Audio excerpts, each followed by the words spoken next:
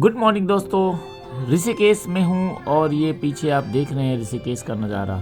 और आज मैं आपको कुछ ऐसी चीज़ें बताने वाला हूँ ऋषिकेश के बारे में जो कि आप लोग शायद नहीं जानते होंगे। तो पूरा वीडियो देखिए और चलिए वीडियो की शुरुआत करता हूँ और आपको मैं बताता हूँ। ये जो आप देख रहे हैं ये बैराज है। जब हम दिल्ली से चलते हैं ऋषिकेश के लिए तो एक अलग रास्ता है। हरिद्वार से हम मुड़ जाते हैं। हरिद्वार के थोड़ा आगे आने के बाद बैराज का एक रास्ता है जो कि राजा जी नेशनल पार्क की तरफ जाता है और उसी बैराज होकर के हम ऋषिकेश पहुंच रहे हैं।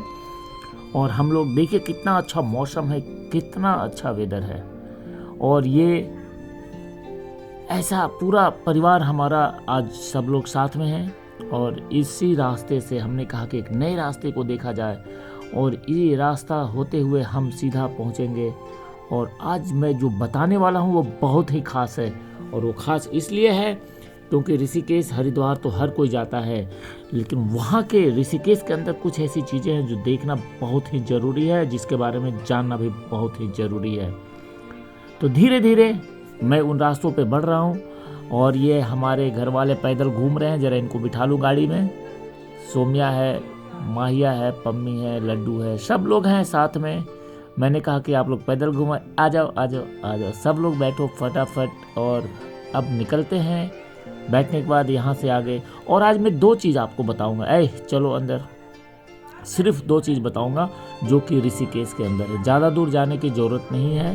तो ये जो वीडियो आप देख रहे हैं ये सांकेतिक वीडियो, ये सब ऋषिकेश का ही पूरा आपको टूर कराऊंगा, पूरा ऋषिकेश के आसपास की जगहों का। लेकिन दो जो जगह है वहाँ पे आप जब भी ऋषिकेश जाएं तो आप ज़रूर जाएं। एक है पटना वाटरफॉल, जहाँ पे आपको जाना ज़रूरी है, जो कि शायद आपको नहीं पता होगा। और दूसरा है 84 कुटिया। पटना वाटरफॉल नाम तो ऐसा पटना लग रहा है, वैसे ये नहीं है। ये तो आप वीडियो जो देख रहे हैं ये हरिद्वार का है। तो आप कंफ्यूज मत होइएगा क्योंकि वीडियो सांकेतिक है। ऋषिकेश का ही आसपास का नज़ारा आपको देखने को मिलेगा। ये हर की पौड़ी है और हर की पौड़ी होते हुए हम लोग बैराज होते हुए फिर हर की पौड़ी होते हुए फिर हम निकल रहे हैं ऋषिकेश की तरफ। मैं आपको बता दूं कि पटना वाटरफॉल जो है वहाँ पहुँचने के लिए आपको थोड़ी ट्रैकिंग करनी पड़ेगी और बारिश का समय हो तो पटना वाटरफॉल देखने में अत्यंत ही खूबसूरत लगता है। और पटना वाटरफॉल जाने के लिए आपको ज़्यादा दूर नहीं जाना है। ऋषिकेश से गरुड़ चट्टी करीब 6 किलोमीटर है और गरुड़ चट्टी वाटरफॉल यात्रियों के लिए काफ़ी पॉपुलर है। और लक्ष्मण झूला से 5 किलोमीटर दूर जो नीलकंठ महादेव मंदिर वाला जो रास्ता है उसी रास्ते में आपको जाना है गरुड़ चट्टी। और गरुड़ चट्टी से आप पैदल जा सकते हैं।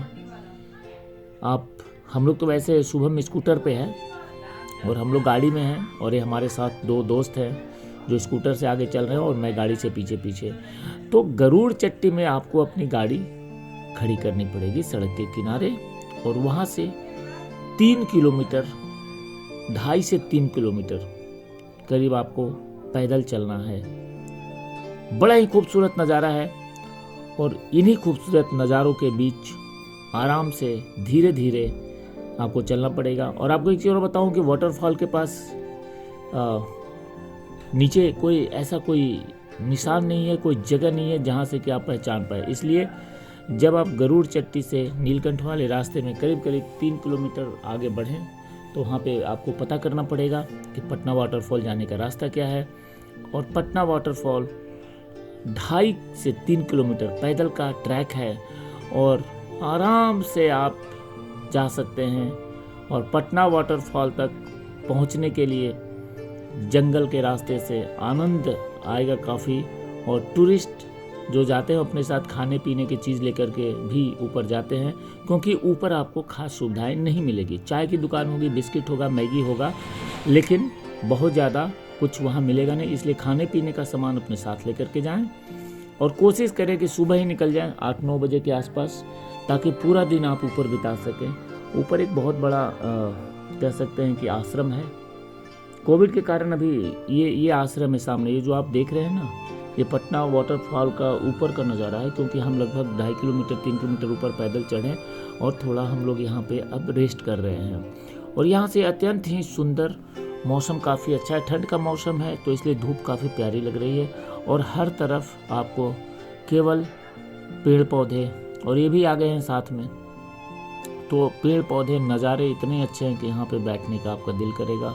और जिस आश्रम की मैं बात कर रहा हूँ वो ये आश्रम है जो कि आप सामने देखिए, इतना खूबसूरत है, इतना खूबसूरत है कि कहा नहीं जा सकता है। लेकिन अभी कोविड के कारण इसमें एंट्री नहीं है, आप बाहर से ही देख सकते हैं। कोविड अगर नहीं होता है तो यहाँ जो भी आता है उन्हें भोजन कराकर ही भेजा जाता था, उन्हें खाली हाथ नहीं भेजा जाता है। जब भी आप पहुँचेंगे भोजन के समय में तो आपको भोजन करा करके ही भेजा जाएगा। तो इस जगह पे जब भी आप ऋषिकेश जाएं तो एक बार ज़रूर घूमने जाएं। ये बिल्कुल ही एक अलग जगह है और बिल्कुल ही ख़ास है। और यहाँ आने के बाद आप कहेंगे कि ऋषिकेश में भी ऐसा जगह है, जो कि ऋषिकेश में मोस्टली लोग जाते हैं हर कोई, और वो आसपास के इलाके जैसे कि गंगा किनारा हो गया, परमार्थ हो गया, गीता आश्रम हो गया, राम झूला, लक्ष्मण झूला, इन सब चीज़ों को देख करके फिर वापस आ जाते हैं। लेकिन इस पटना फॉल को भी आप ज़रूर देखिए, एक बिल्कुल एक अद्भुत दृश्य है यहाँ का, और यहाँ ज़रूर देखना चाहिए। मैं जब यहाँ पहुँचा मुझे भी किसी ने बताया था, तो मेरे पास समय था तो हम पूरी फैमिली के लोग पैदल ही यहाँ चल दिए, और यहाँ आने के बाद सब लोग बहुत खुश हुए। लगभग हम यहाँ पे 3-4 घंटे बिताए, और 3-4 घंटे बिताने के बाद भी हमारा मन नहीं भरा। लेकिन मौसम धीरे धीरे सर्द होता गया, ठंडा होता गया, और उसके बाद हमने ये डिसाइड किया कि अब हमें नीचे चलना चाहिए क्योंकि सर्द होने लगी थी। तो यहाँ से निकलने के बाद मैं आपको अब जो दूसरा विषय बताने वाला हूँ, दूसरा जो एक ऋषिकेश के अंदर ही है, बड़ा ही फेमस जगह है, लेकिन वहाँ भी बहुत कम लोग आजकल क्या कभी भी जाते ही नहीं है, पॉपुलर नहीं है।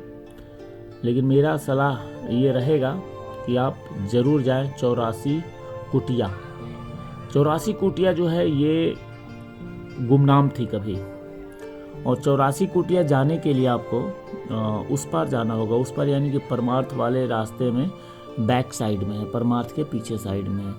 और 84 कुटिया की कहानी जो है वो बिल्कुल अलग है। मैं आपको बता दूं कि दुनिया भर में आपको पता ही है कि देवभूमि उत्तराखंड ऋषिकेश को योग नगरी के रूप में जाना जाता है, और हैरानी होगी कि ऋषिकेश को योग नगरी के रूप में पहचान दिलाने वाली जगह करीब 30 साल तक गुमनामी में रही। हम बात कर रहे हैं 84 कुटिया की। ऋषिकेश को आज योग और अध्यात्म की नगरी के रूप में विश्व पटल पर पहचान मिली है। दुनिया के कोने कोने में ऋषिकेश का योग नगरी के रूप में जाना जाता है।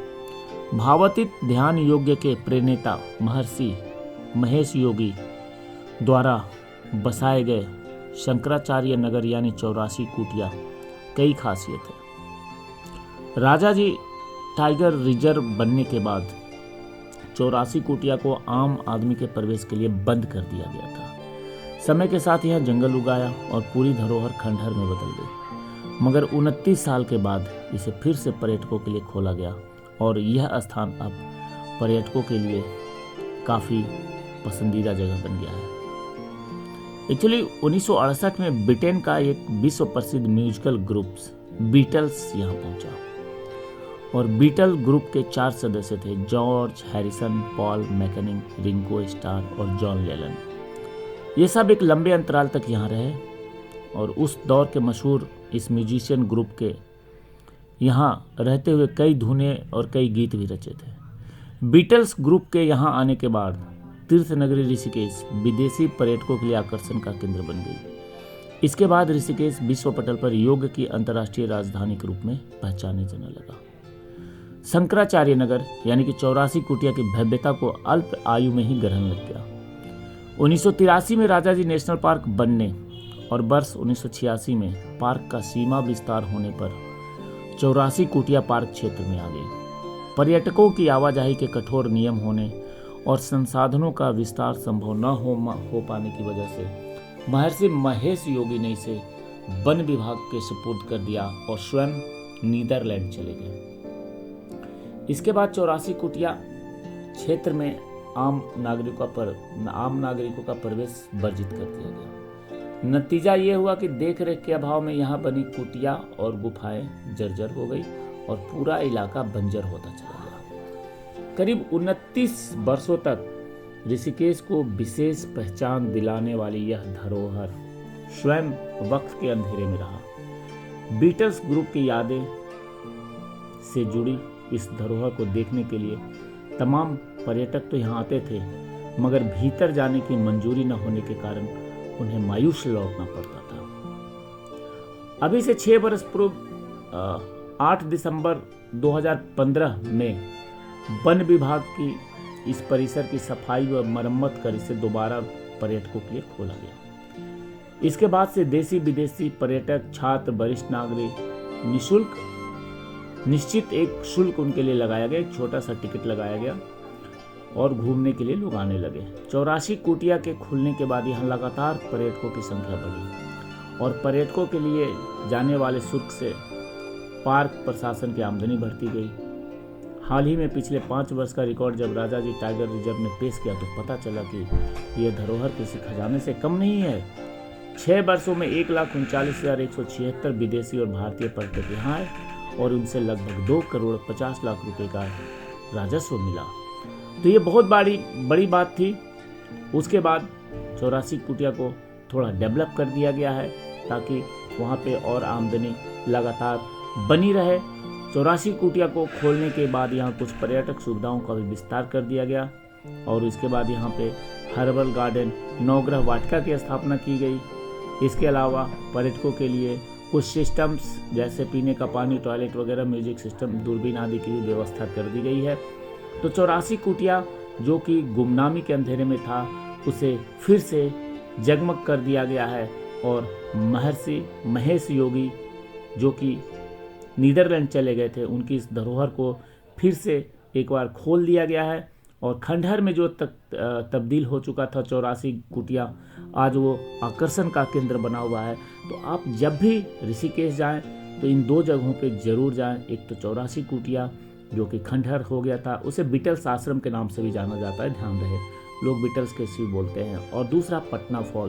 तो इन दोनों जगहों पे आप जाएं और ज़रूर जो ऋषिकेश देवभूमि उत्तराखंड का ये जो आप देख रहे हैं ये स्वर्ग जैसा जगह, और इन जगहों पे आप ज़रूर आपको जाना चाहिए, देखना चाहिए। और यहाँ के जो वातावरण है, यहाँ का जो माहौल है, यहाँ का जो कल्चर है और यहाँ का जो देवभूमि की एक पवित्रता है, इन सब में आपको घुल मिल करके वहाँ की चीज़ों को देखना चाहिए। और आपको एक चीज़ बताऊँ कि जो 84 कुटिया है वो 15 एकड़ भूमि पर बना हुआ है और काफ़ी एक कह सकते हैं कि जंगलों के बीच है और वहाँ पे स्वच्छ वातावरण है, साफ़ सफाई का विशेष ध्यान रखा गया है। तो आप जब भी जाएं तो बीटल्स ग्रुप, बीटल्स आश्रम और 84 कुटिया 2 नामों से मशहूर है, वहाँ जाएं। और दूसरा जो मैंने बताया गरुड़ चट्टी के पास पटना फॉल है, वहाँ जाएं। तो आज के ब्लॉग में यही समाप्त करता हूँ। अगर मेरा ये चैनल आपको पसंद आता होगा तो आप ज़रूर सब्सक्राइब करें, लाइक करें और शेयर करें। जय हिंद, जय भारत, जय देवभूमि।